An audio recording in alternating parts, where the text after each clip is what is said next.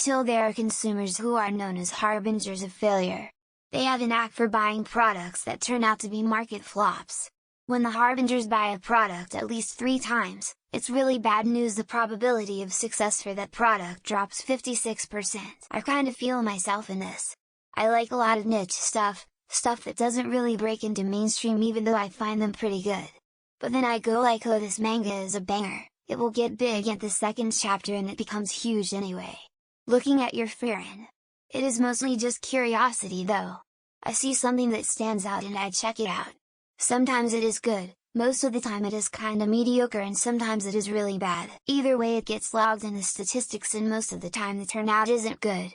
Lee Modern Series Straight Fit Jean Acorn.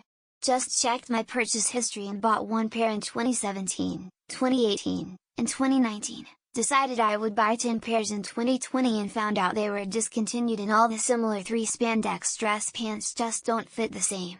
I've bought 10 different pairs, been to Lee outlet malls, held a funeral the day the crotch split. I miss those pants.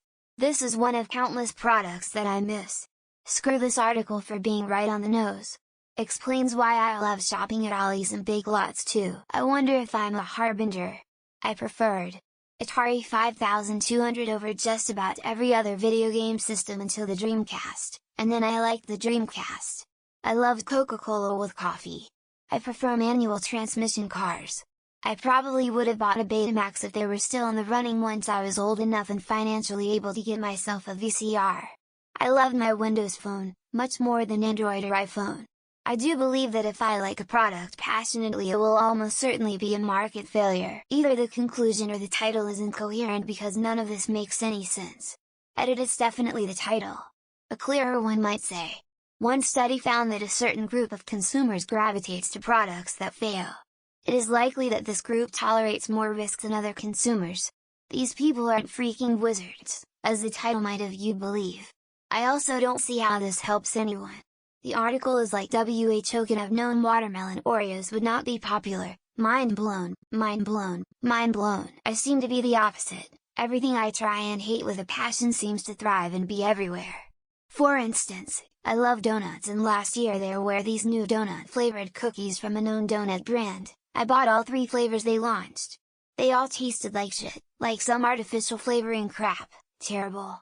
I see them everywhere, people always eating them, ads on TV, streets, they're shoving it in my face all the time. I just don't get it. Must be me, and it usually goes like this. Find an interesting product. Try and like or try it, dislike it, give it another try, like it, love it. Buy one. Buy another one. The first store I bought it from doesn't sell it anymore. Find it somewhere else? Next time it's completely gone. Hunt for it online until people tell you to find something else, but it's impossible because most of the time it stood out against all other similar products. I gotta be on the opposite end of this. Usually I'll find a new product that I'll have to order or is only at one retailer in my state. Get comfortable with a single distributor, then start to see other businesses have it. Then a boom where it sells out and I start acting like a junkie checking for restock and give up until I find it randomly on buy one get one a few weeks later and stock up like we're going to war. Lol, that's me. Strawberry guava Diet Coke gone. Pear flavored sugar-free Red Bull gone. Flat Earth berry flavored chips gone. Pop Fuddy popcorn gone. Fuse drinks gone. These may have been more popular than the others, but at any rate they did not last long and I loved them. Sweet Earth Veggie Lovers pizza recipe changed and it sucks now. Now whenever I find something new that I really like I stock up. Lol. Only about 40% of the new products survive that long. In a key part of the study, the researchers studied consumers whose purchases flop at least 50% of the time, and saw pronounced effects when these harbingers of failure buy products.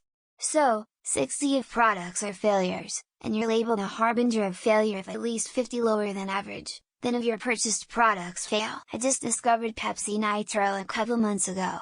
I don't usually drink soda because I don't like how full it makes me feel, but this stuff doesn't do that, and it's super creamy and tastes great. There are only 2 stores near me that sell it, and they never have more than a couple 4-packs on the shelf. I fully expect this one soda I really enjoy to disappear from those shelves within the year. While it isn't the same thing, it pisses me off when a mire nearest me stops carrying good shit and I have to go to one farther away. And of the 3 closer farther away ones, the only safe one is the one furthest from where I work. Maybe I will just look for a nearby Asian store soon and buy all the Ito In tea and UCC coffee. I love that Ito In is almost like just chewing on the tea leaf. My favorite soda of all time was DNL. It was a lime-flavored, caffeinated version of 7-Up. The idea was that they flipped everything about the original 7-Up upside down. I've bought other failed food products too. There is a caramel apple oatmeal cream pie that I loved and hoarded. I'm also a big fan of several fast food burgers that didn't last. Maybe I'm a harbinger of failure. To be fair, some of these products are just bad.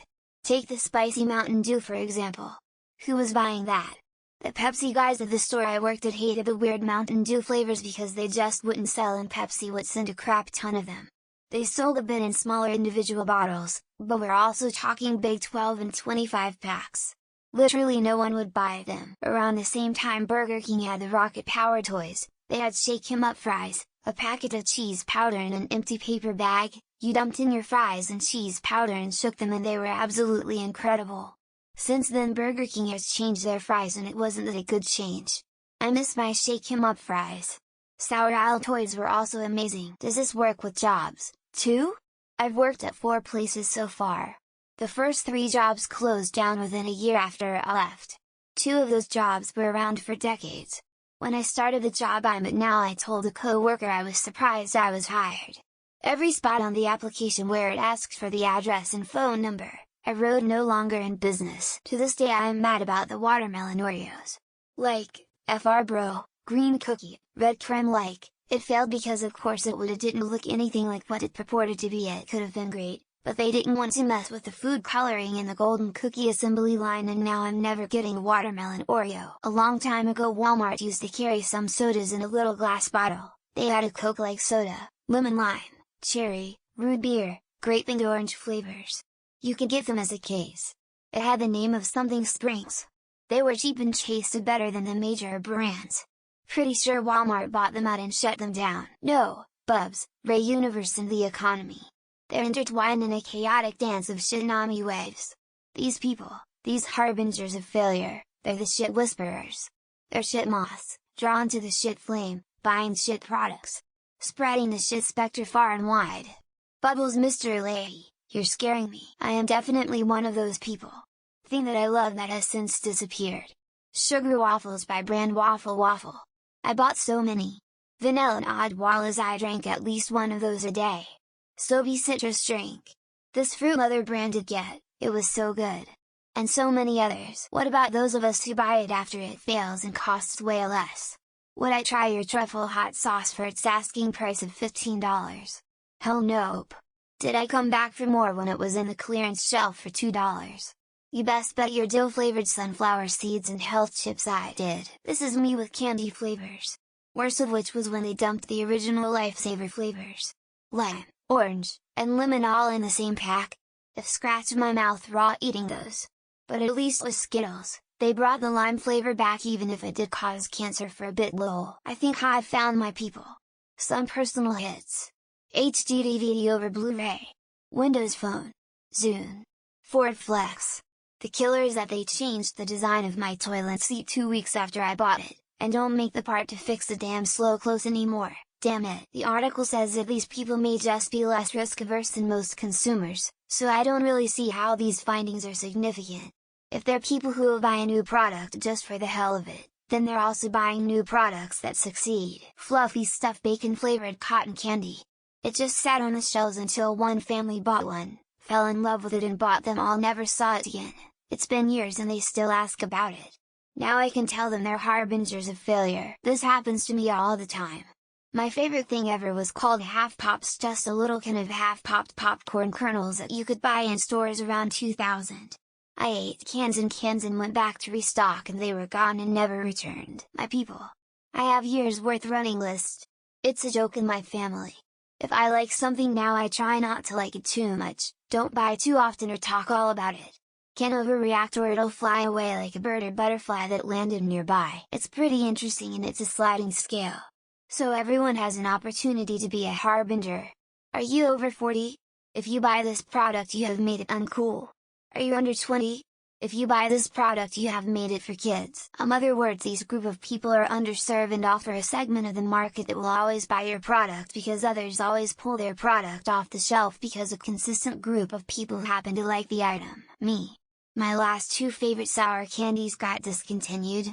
Probably for the best, but man, I miss Sours and Shockers. Why do they discontinue the best stuff and replace it with non-sour crap? Ugh. My enamel are happy about it, but I'm not. Anyone remember Wispa's chocolate in the 80s? I loved it and bought it with my allowance money. It failed within a couple years. I heard it may still be available outside the US. Wonder if I'm a harbinger of chocolate candy failure. I have a friend I use for new video games because he has done exactly this with pre-orders. He pre-ordered Mass Effect Andromeda, Anthem and Fallout 76, and every single one was a failure on launch. Saved me a ton of money. That's how I felt about TV shows in the late 90s and early 00s. The more I liked it, the more likely it was going to get cancelled. Dana Carvey Show, The Take Patrick Warburton, Platypus Man, just to name a few. Walmart used to have a frozen paella you just dump into a skillet and heat up. No more. Nobody in my greater metro area sells Voortman lemon wafers anymore. Deli Mex chicken taquitos in the big 56-count box. I immediately thought of Samantha Randall and their love of products that either get discontinued or reformulated. Edit for those who aren't familiar with her. She's an old-school YouTube beauty influencer. It's a shame because this research, if applied, would mean a more narrow range of innovation gets to market. Sometimes these flops still get people excited about a product or push development forward.